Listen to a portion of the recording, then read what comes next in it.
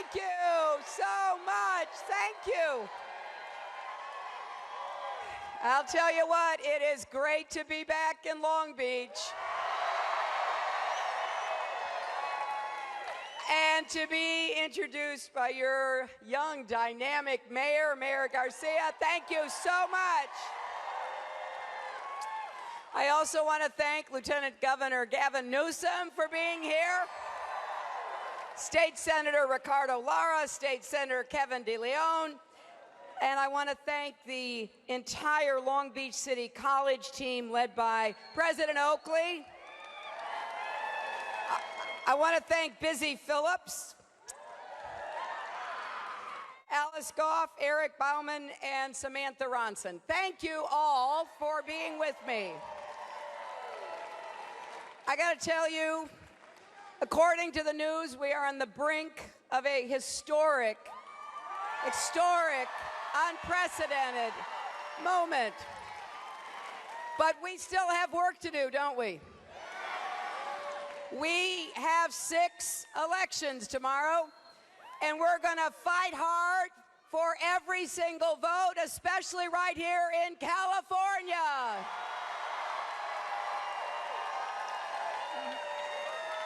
So I'm asking each and every one of you, how many of you have already voted by mail? How many of you have a ballot at home on your kitchen counter? So you could send it in tonight, or even better, go to the polls tomorrow and take your family and your friends. You know, I have a special place in my heart for Long Beach.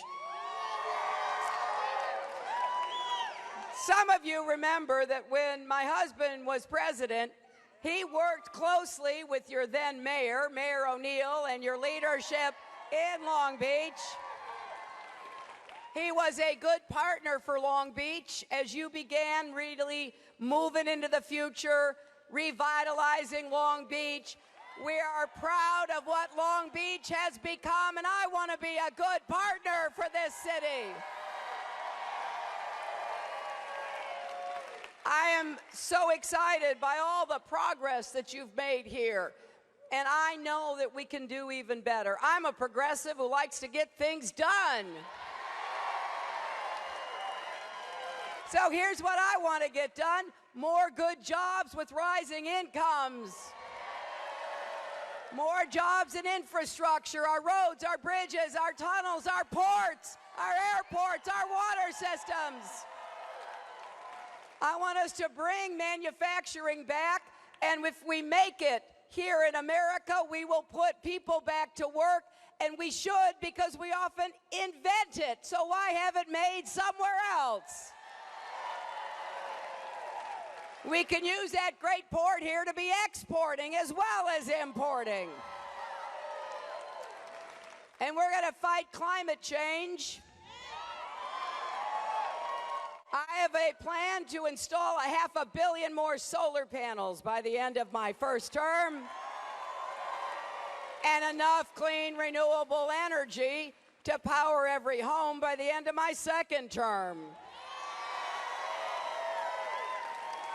We're going to have the leading number of clean, renewable energy jobs, because some country is going to be the clean energy superpower. I think it's going to be either China, Germany, or us.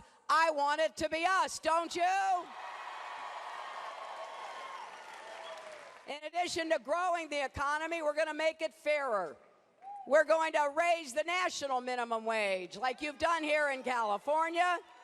We're going to do more to help small businesses that create most of the new jobs in America. And we are finally going to guarantee equal pay for women's work.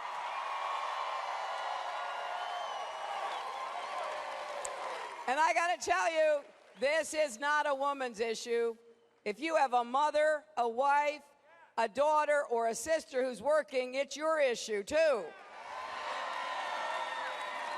We're going to get family incomes up, and that's one of the fastest ways of doing it. So when I think about what we can do together, I'm really excited. I'm tired of Donald Trump. for many reasons, but I'm tired of him downgrading America. I'm tired of him, really speaking ill of our country. I'm tired of him talking about how we're just a third-rate country. I don't know what country he lives in. There's no other place in America that has more people working harder right now. So let's get real here for a minute. We've got work to do. That is absolutely true. But there's nothing we can't do if we make up our minds to do it. I want us to have an education system that provides a first-class education to every child, no matter what zip code that child lives in. I want to work with our teachers, our educators, and our other school staff to give our kids the best possible start. In order to do that, we've got to begin with early childhood education so that when they get to school, kids are ready to learn. And we are going to finally get the cost of college affordable for families. I want to make it possible that you do not have to borrow a penny to pay for tuition at any four-year public college or university. And we are going to help you pay down your debt and pay it off so you can get out from under that burden. I'm going to defend the Affordable Care Act, but I want to improve it. We're going to get the cost down, premiums, co-pays, deductibles, prescription drug costs. And then there are two issues that I want to tackle with your help: mental health and addiction.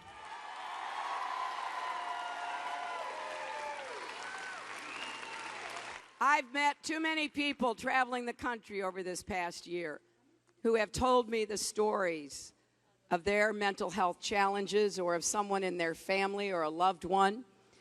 I've heard too many parents and grandparents talk about losing a younger person to addiction, to an overdose.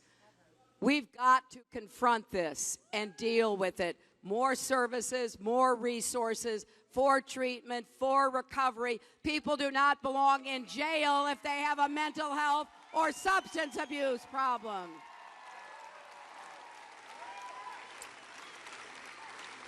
Now, when you talk about what most people are concerned with, it comes down to their families, their lives, their futures. So that's why jobs is number one, education and health care. But we've got more work to do besides that.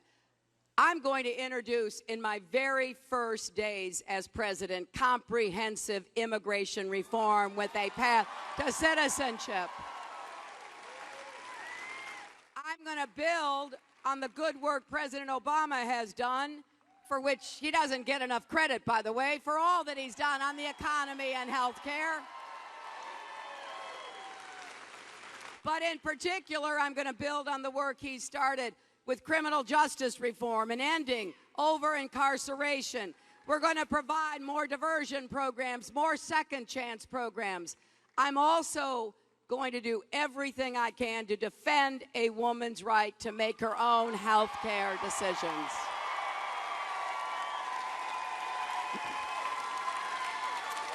And that includes defending, not defunding, Planned Parenthood.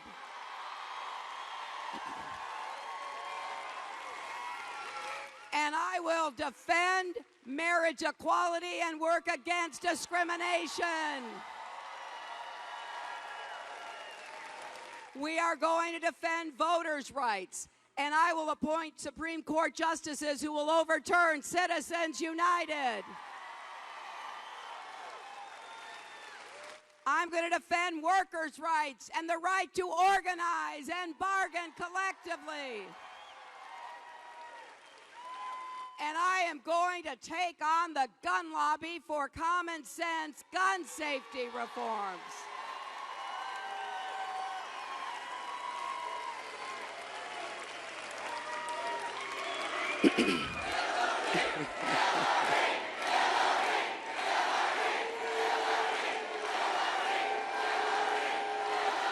I'll tell you, just about everything I've just said, Donald Trump disagrees with. So we're going to have quite an election, aren't we? I personally can't wait to debate him.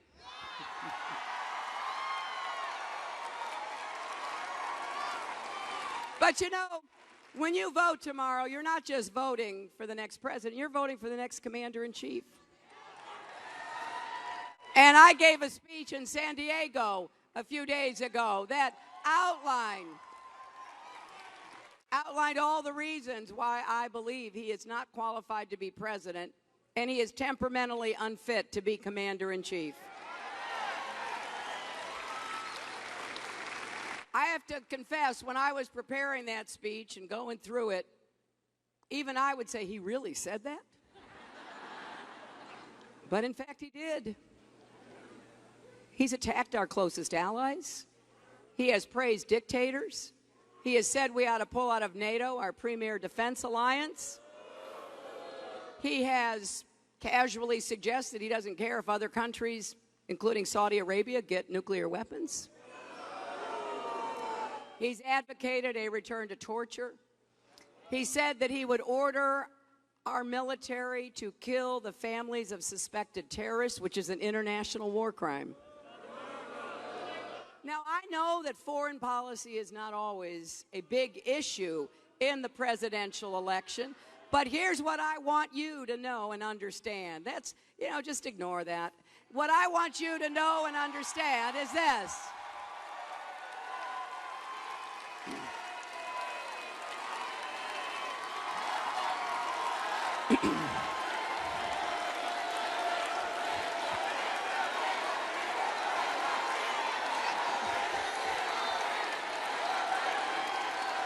So here's what I want you to understand. When you're in the Situation Room in the White House, the hard decisions are the ones that get to the president. If they're not hard, somebody else decides them along the way. And when we had intelligence that we perhaps knew where bin Laden was, I was part of the small group to analyze that intelligence and to work with my colleagues to make a recommendation to the president. It was personal to me because I was a senator from New York on 9/11. So I was there at Ground Zero 24 hours after we were attacked, and I said that I would do whatever I could to bring bin Laden to justice for the murder of 3,000 innocent people in our country. So we went over all the intelligence, and finally the president said, after days of this, that he wanted each one of us to go around the table and give a recommendation. The people at that table were experienced, expert, everybody I respected. But each person had a slightly different take. Some people said, you know what, the intelligence is not strong enough, we shouldn't act. Others said, you know what, it's strong enough for a missile attack, but not to send in special forces. And then the third option was, it's strong enough and we have to send in special forces because otherwise we'll never know whether or not we got them. I was in that third category, and I recommended that to the president. But here's what I want you to understand.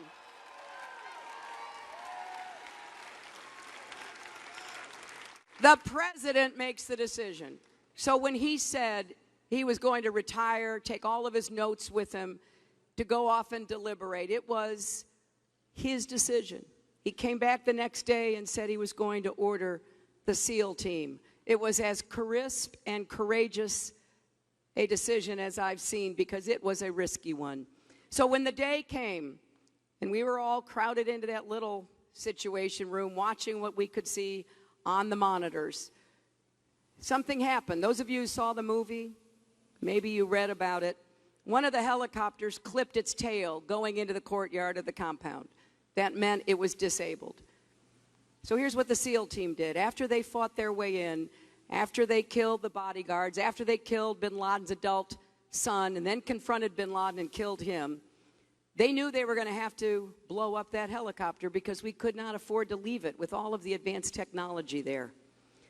Seconds were passing by People were waking up around there. This is a military garrison town. It's the equivalent of where our West Point is.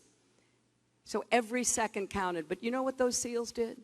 They took all those women and children to safety. They led them out of that compound before they blew up that helicopter.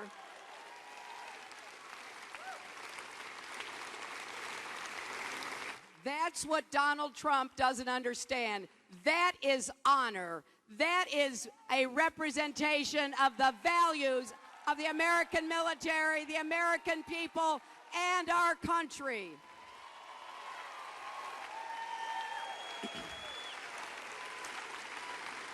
So there is so much at stake, not just for America, but for the world in this election. And the final point I would ask you to consider is how we're going to unify our country. You know, Abraham Lincoln said, "A house divided against itself cannot stand." And like so many things, he was right about that. And what we've got to figure out how to do is begin actually listening to each other and respecting each other.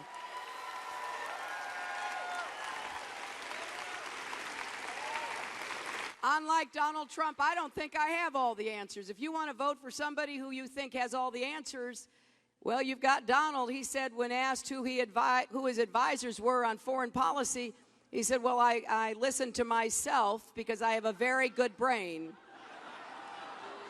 Also, my other favorite, I can't let it go. He was asked about his foreign policy experience. He said, well, he had taken the Miss Universe contest to Moscow. But my point is this. We've got to listen and learn from each other. No one person has all the answers. That's why it's so important we have a conversation in America about how we're going to get things done, move us forward, lift us up. We are stronger together. And I will go anywhere, anytime to seek common ground. I'll talk to anybody. I did as First Lady. I did as a Senator. I did as Secretary of State. And I will certainly do that as President.